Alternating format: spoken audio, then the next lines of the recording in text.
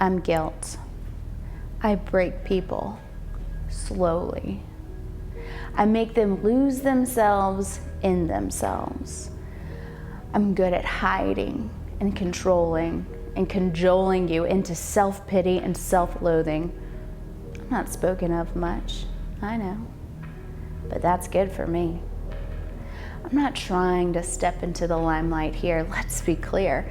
If I do that, I might have to disappear because I'm guilt. And if you cast the right light on me and pin the right name on me, you might have to try and understand me.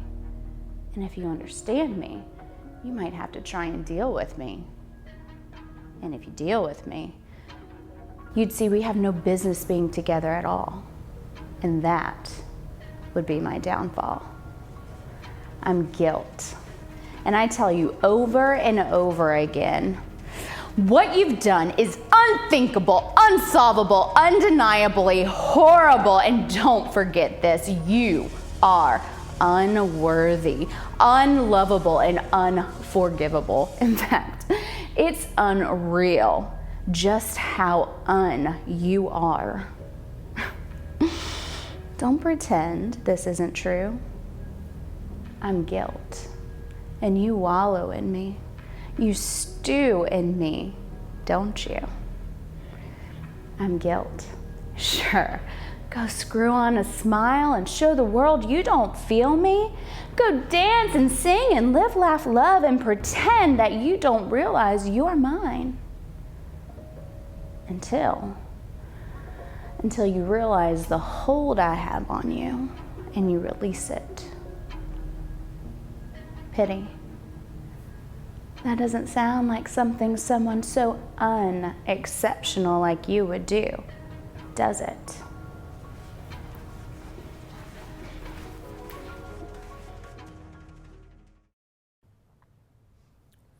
When you look back at your life, do you ever think to yourself, I can never undo the wrong things I've done? I'm so ashamed, I'll never get over it. You carry around a sense of guilt because of how you've messed up, because of the damage and destructiveness you've wreaked in the lives of people you say you care about. You feel this inward sense of brokenness because of the hurt and heartache you've caused. You feel like the guy in the video who was racked with guilt for the bad things he'd done in his life. You hear playing over and over again in the back of your mind what the character guilt in the drama said. What you've done is unthinkable, unsolvable, undeniably horrible. You are unworthy, unlovable, unforgivable. In the movie Top Gun Maverick, Tom Cruise plays Pete Maverick Mitchell. In the original Top Gun movie, his best friend, Nick Goose Bradshaw, was killed after both the engines of their aircraft flamed out. Maverick was able to safely eject. Goose wasn't. Maverick blamed himself for Goose's death, even after a Navy investigation cleared him of any wrongdoing. Years later, Maverick remains guilt-ridden. How many of us struggle with unresolved guilt in our lives? Guilt that we've been carrying around for such a long time. For you, you may feel guilty about how you unleash your anger on members of your family. You see the hurt or fear in their eyes, but you continue to do it again and again. You feel guilty over how you've betrayed the person you've said you loved. You feel guilty because you cheat or lie or manipulate time after time. You feel guilty because of how you get caught up in drugs or gambling or pornography. You feel guilty because you know that you're mostly a taker. You take and you take, and you seldom, if ever, give much of anything of yourself, of your time, of your energy, of your finances for others. You feel guilty because you say you're going to live a life that's more and more like Jesus. But the reality is that you continue to live as selfishly as ever. You're racked with guilt, and you don't think you will ever be able to forgive yourself, and you're pretty sure that God will never forgive you either.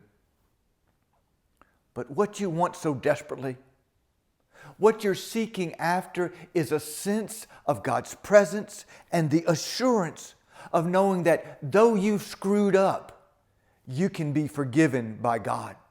That there are second and third and fourth chances with God. That God's love does not give up on you even when you're tempted to give up on yourself. You want to know that God has not rejected you and that you are not alone. You want to experience the love and forgiveness of God in a life-altering way that will help you put your life back together after feeling so broken and lost. A chaplain tells of the guilt and anguish experienced by a military veteran named Tommy. Tommy came to a VA facility to wait for a heart transplant. Tommy openly said that he wasn't an overly spiritual person. But 3 weeks after receiving his heart transplant, Tommy wanted to talk. He said to the chaplain, "I came here to get a new heart, but I do not think that my heart transplant is complete yet. Something tells me that you're the person who might help me to make it complete." Tommy went on to say that what he really wanted was a new spiritual heart. He said, "I want a heart that's healed of all the really awful things that I've been carrying around in this old heart of mine." Then Tommy said, "But before I can consider a new heart of hope, I got to tell you about this old evil heart, and it's not pretty." What transpired in the following 2 hours was a gut-wrenching and heartfelt outpouring of locked-up stories of deep despair and painful memories. Tommy had been a Marine sniper in Vietnam, and his horrific stories made him tremble as he recalled vivid details. Then Tommy said, "But do you know what the worst hell was? It was when I came home. I just couldn't stop fighting. I was a professionally trained killer. I couldn't stop hating and wanting to kill." With tears streaming down his face, Tommy told of the destructive behaviors that characterized his life here in the States after he returned home. Finally, Tommy said, "How could anyone love me after all the evil I've done?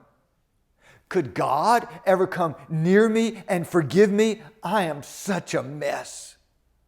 Is it at all possible for God to forgive me and provide me with a new heart of hope, healing, and peace?" How about you?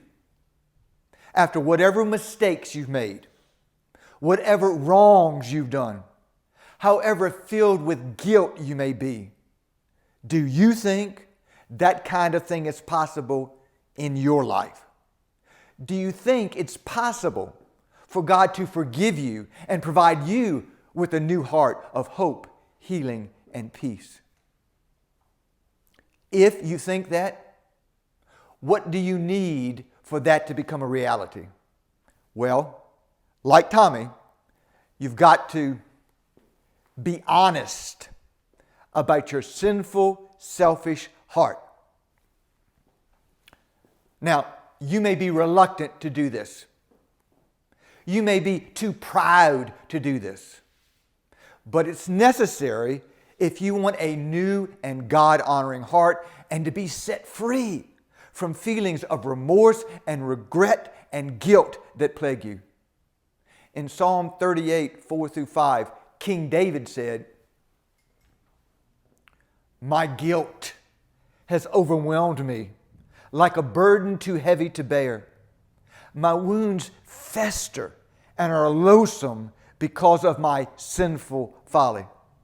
In Psalm 51:3, King David said, "For I am fully aware of all I have done wrong, and my guilt is there staring me in the face."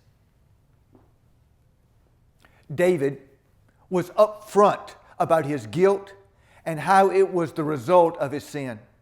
He didn't try and deny his screw-ups. He admitted his guilt, and it was staring him in the face. But how many of us, instead, try and play the comparison game? We think, hold on, when it comes to the wrongs I've done, there's no comparing how badly I've messed up with King David, whom the Bible describes as a man after God's own heart. Oh yeah?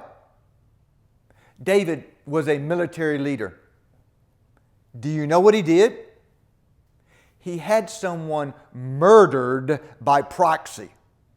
He had a soldier under his command named Uriah put to death by ordering all of Uriah's comrades to abandon him in the midst of battle, so that he ended up getting killed by an opposing army. And why did David have Uriah killed? It was so he could take Uriah's wife Bathsheba to be his own wife, because David was so sexually attracted to her. So when you play the comparison game about the wrong things you've done and you feel guilty, ask yourself, have you done something as awful as having someone killed over the person you've got the hots for? Have you had that kind of moral failure so that you wonder what God thinks of you and you're afraid God may not accept you? And even if you have, God will still not give up on you, just like God did not give up on King David. That is the hope of the gospel. That is the truth of the gospel. Because of the sacrificial love of God revealed in Jesus' death on the cross, you and I can be forgiven. We can be set free from the guilt and the shame that eats away at us. John wrote, "There is a sure way for us to know that we belong to the truth. Even though our inner thoughts may condemn us with storms of guilt and constant reminders of our failures, we can know in our hearts that in His presence, God Himself is greater than any accusation." God is greater than any self-accusation, greater than any self-blame, greater than any self-despising that any of us may struggle with. In the movie Top Gun Maverick, Tom Cruise's character struggled with storms of guilt and a sense of tragic failure. So did the sniper Tommy. He said to the chaplain, "I lost my faith in Vietnam. In fact, I thought God died in Vietnam. I'd like to believe in God. I really want to have a relationship with God. Yet I'm so afraid." The chaplain asked, "What are you afraid of, Tommy?" "That God will reject me. After Vietnam, I made a mess of my life. One huge mistake after another. No one, including God, could ever forgive me." Tommy, so you think your mistakes are greater than God's power to forgive? Yes, I do. Tommy needed to discover that though his inner thoughts may seek to condemn him, God's offer of forgiveness and mercy and love is greater still. He needed to embrace what King David wrote. Count yourself lucky. How happy you must be. You get a fresh start. Our slates wiped clean. Count yourself lucky. God holds nothing against you, and you're holding nothing back from Him. Say the last part of that with me. And you're holding nothing back from Him. Are you honestly able to say that? Because that's the kind of faith that's needed for you to get a clean slate and a fresh start. A faith that holds nothing back from God. Can you honestly say that's true of you? Can you truthfully say that you embrace a faith that holds nothing back from God? Tommy knew that had not been true of him. But he reached the point that with a broken and repentant heart, he prayed, Lord, I'm sorry for the pain that I've caused others and myself. Please forgive me. I'm sad about the many wasted years of my life. I've been unable to accept your love or the love of anyone else. I ruined my relationship with my parents, my siblings, my wife, and my daughter. I grieve the loss of those broken relationships and the pain caused by my wrongdoing. I'm so sorry. Please forgive me. Lord, help me in my unbelief. I'm shaken by my hurtful statements, abusive behaviors, and mean-spirited actions which have characterized my life. I remember, I grieve, and I ask for your forgiveness. Amen. Now, would you be that real with God? Do you feel far from God right now? Do you not have any genuine sense of God's presence in your life? Are you spiritually separated from God because of your sin and selfishness?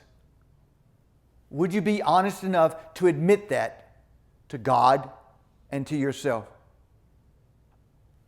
In Tommy's journey of faith, he came to trust in God's loving forgiveness and acceptance. Still, 5 months following his heart transplant, Tommy returned to the VA hospital because his body was rejecting his newly transplanted heart. The day before Tommy breathed his last breath on this earth, some of the final words he said to the chaplain were, I'm so glad that I came here. If I had not, I would have died with an ugly, mean-spirited heart that was tightly packed with horrific memories. I would have died with a heart that was imprisoned by self-hatred and shame. I can die knowing that I have a heart for all eternity that will beat with unconditional love and joy. Now, all that may sound well and good for some of you, but for others of you, you still have a bunch of stuff from your past that haunts you, and you carry it with you. In the movie, Maverick becomes responsible for training the son of Goose, whose death both Maverick and the son still grieve. Maverick and the son, whose name is Rooster, have an exchange in which one says, "The past is past for both of us," and the other responds, "You want to believe that, right?" You see, Rooster had been carrying around hurt and anger and grief over his dad's death for years, and he was not ready to put it in the past yet. Rooster was filled with unforgivingness toward Maverick, and Maverick was struggling to forgive himself. In one moving scene, Iceman says to Maverick, "It's time to let go." And Maverick responds, "I don't know how." Is that where you are right now? You don't think you know how.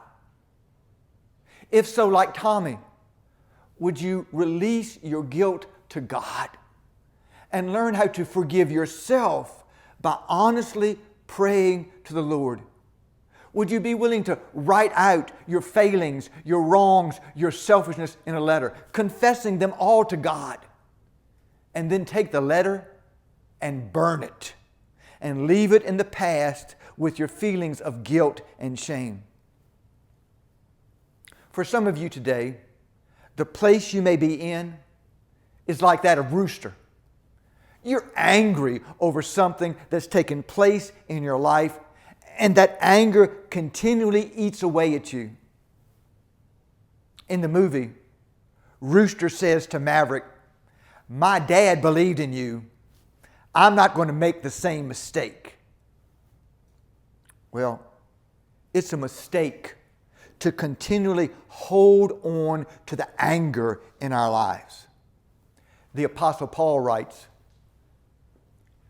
"When you are angry, don't let it carry you into sin. Don't let the sun set with anger in your heart, or give the devil room to work." Do you need to let go of anger and resentment that's in your life? Do you need to pray to God something like, "God, at times my life is filled with such anger. Sometimes my rage scares me. I need help with my anger issues. God, my anger hurts me and those I love. My feelings of anger and bitterness prevent me from being the person you desire for me to be. God, I ask you to free me of the deep-rooted hurts that lead me to lash out at others with mean-spiritedness. God, please forgive me for how my anger has wounded others. God, please help me to release my anger to you and then allow you to heal my brokenness. God, I need your loving kindness, grace, and mercy in my life. Thank you for not giving up on me." Now, in the next few moments, in a time of reflection and prayer, I invite you to get real with God and with yourself about any guilt or anger in your life, because it's damaging to you and to others. And this may be a little uncomfortable for you, but if you wish to experience the reality and presence of God, there need to be times in your life when you are still and quiet. So as the music plays, I invite you to pray, meditate, be silent, and seek to connect with God in a way that makes a genuine difference in your life.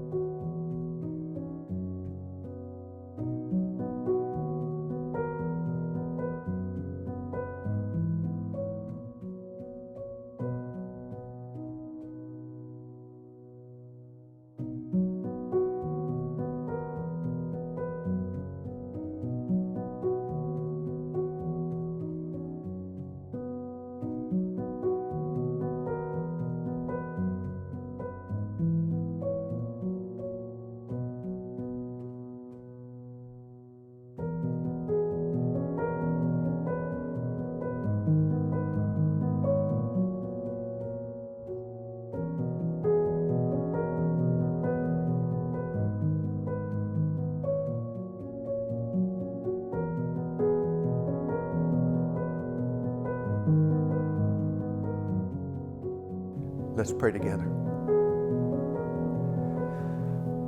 Holy God, who created the wonder of this universe, you are hurling the galaxies through space. And you're the one who created each one of us, giving us the gift of life. Lives that are amazing, lives that are to be cherished.